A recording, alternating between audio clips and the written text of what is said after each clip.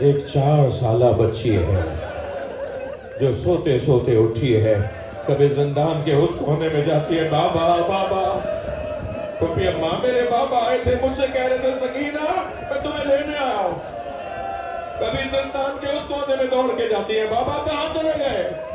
کبھی جناب رباب سنبھالتی ہیں، کبھی بھی ام کلثوم گود میں لیتی ہیں، کبھی جناب زینب پیار کرتی ہیں، مگر یہ بچی کبھی گرتی ہے، کبھی اٹھتی ہے، کبھی ادھر دوڑتی ہے، کبھی ادھر دوڑتی ہے۔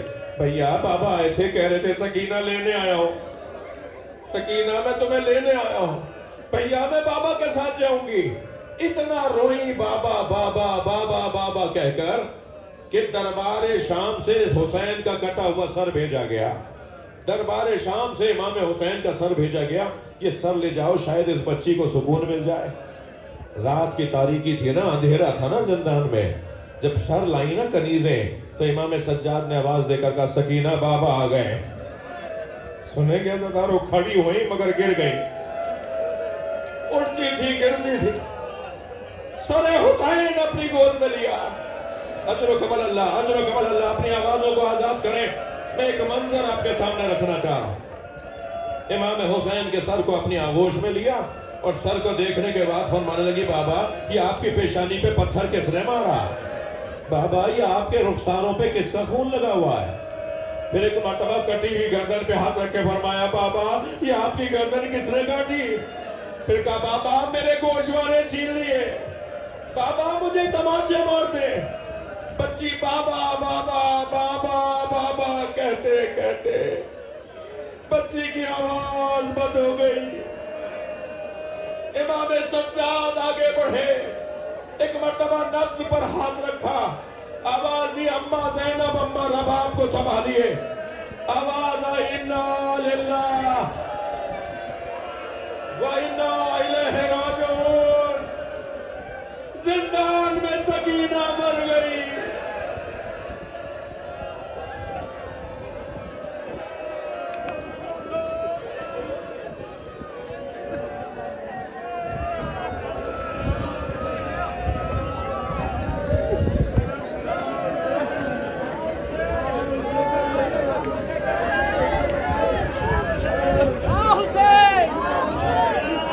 دو گھڑیوں کی زندان میں مہمان سکینہ ہے، دو گھڑیوں کی زندان میں مہمان سکینہ ہے، سجاد چلے پریشان سکینہ ہے، دو